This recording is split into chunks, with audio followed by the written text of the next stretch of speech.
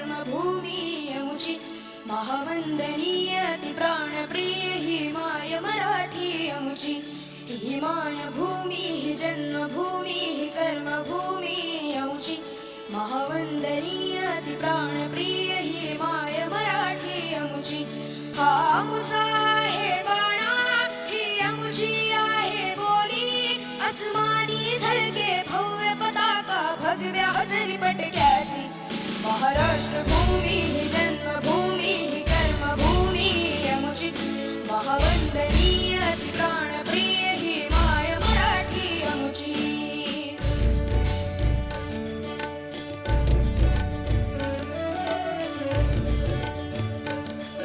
गुढीपाडव्याच्या निमित्ताने Sonkhar palm beach परिसरात हिंदू नववर्षाचे पारंपरिक आणि मोठ्या उत्साहात स्वागत करण्यात आले।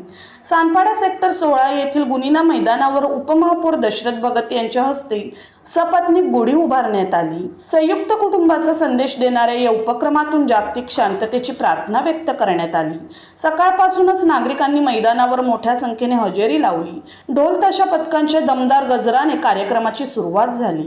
या उत्सवात लहान मुलं, तरुण आणि महिलांनी संत, महापुरुष तसेच विविध पारंपरिक वेशभूषा परिधान करून सहभाग घेतला। यावेळी शिवकालीन परंपरेची आठवण करून देणारे शिवकालीन मर्दानी खेळ, ढोल ताशांचा गजर, महिलांचे लेझिम आणि अस्सल महाराष्ट्रीयन संस्कृतीतील पेहरावातील रॅम्पवॉक यामुळे गुढीपाडव्याचा उत्सव यंदा विशेष रंगतदार ठरला असून परिसरात नववर्षाचा उत्साह शिगेला पोहोचला आहे।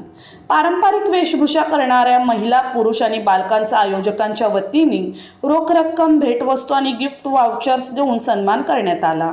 या उपक्रमाचे आयोजन नगरसेवक निशांत भगत, नगरसेविका प्रीती भगत, समाजसेवक संदीप भगत यांच्या संयोजनाखाली करण्यात आले। यावेळी माजी नगरसेविका फशीबाई भगत, वैजंती भगत, रुपाली भगत यांच्यासह ड प्रभाग समिती अध्यक्ष शैला पाटील, नगरसेविका शिल्पा ठाकूर, नगरसेवक भाऊ भापकर, परिवहन समिती सदस्य राजेश राई हे उपस्थित होते। विविध सामाजिक व सांस्कृतिक संस्थांच्या सहकार्यामुळे हा कार्यक्रम यशस्वी ठरला आहे।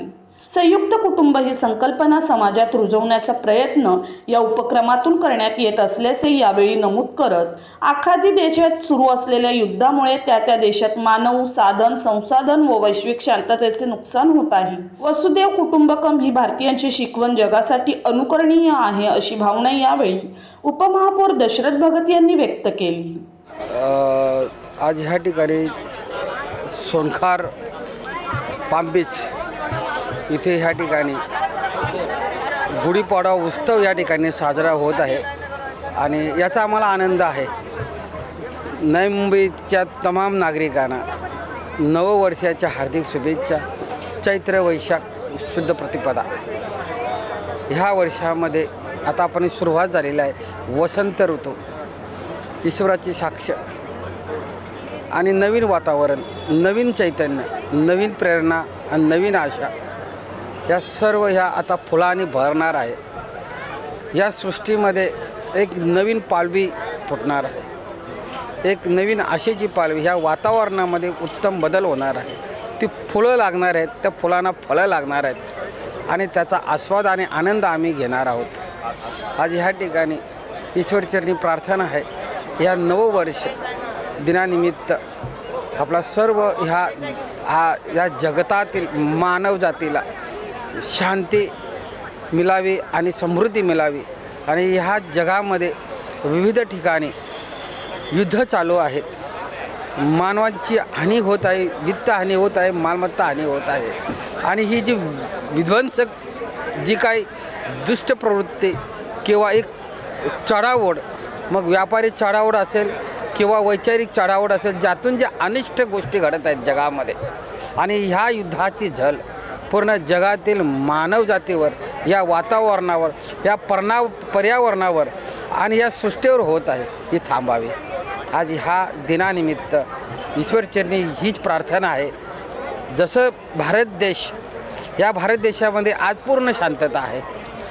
देशाचे प्रधानमंत्री नरेंद्र मोदीजी, महाराष्ट्राचे मुख्यमंत्री माननीय देवेंद्र भाऊ, त्याचप्रमाणे महाराष्ट्राचे मुख्यमंत्री देवेंद्र फडणवीसजी आणि वनमंत्री, या नवी मुंबईचे शिल्पकार, पालक आणि कुटुंब प्रमुख माननीय श्री गणेशजी नाईक साहेब आज ह्या ठिकाणी यांच्या सर्वांच्या नेतृत्वात देशामध्ये अतिशय शांतता आहे, नीरव शांतता आहे.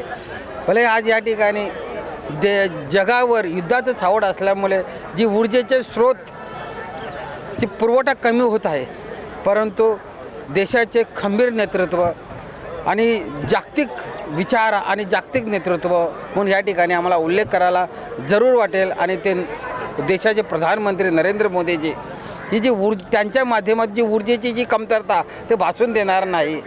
आणि ह्या ठिकाणी आम्हाला ह्या ठिकाणी जी काही शांत, कारण देशाच्या भारत देशाच्या चारही बाजूला असमाधान आहे, समाधान नाही आहे. त्या ठिकाणची नागरिक त्रस्त आहेत, मग त्या ऊर्जेच्या माध्यमातून त्रस्त असू द्या किंवा इतर माध्यमातून त्रस्त असू द्या, पण भारतामध्ये स्थिरता आहे, शांतता आहे. मग राजकीय असेल, सामाजिक असेल, प्रागतिक असेल आणि ती आध्यात्मिकसुद्धा असेल, या सर्व स्थिरता आहे. आणि ह्या स्थिरतेला ह्या देशामध्ये एक अधिष्ठान आहे, एक अध्यात्माचे अधिष्ठान आहे, एक सत्संगाचे अधिष्ठान आहे, एक वारकरी संप्रदायाचे अधिष्ठान आहे. आणि ह्या ईश्वराची भक्ती आहे, ईश्वराची शक्ती आहे.